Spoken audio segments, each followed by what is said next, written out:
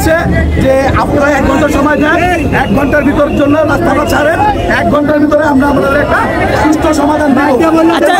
সুস্থ সমাধান না পাওয়া পর্যন্ত আমরা এই বিআরটিকে ছাড়বো না এবং 1 ঘন্টা পরে আমরা দুটোটা রাস্তা বন্ধ করে দেবো ইনশাআল্লাহ। এখন আমাদের এই দাবি লিখিত এবং এই গেটে দাঁড়াইয়া হাজার শ্রমিকের সামনে, লক্ষ শ্রমিকের সামনে সংবাদ সম্মেলন করে ওই সিদ্ধান্তকে এখানে এসে বলে যেতে হবে তোমরা আজ থেকে মুক্ত।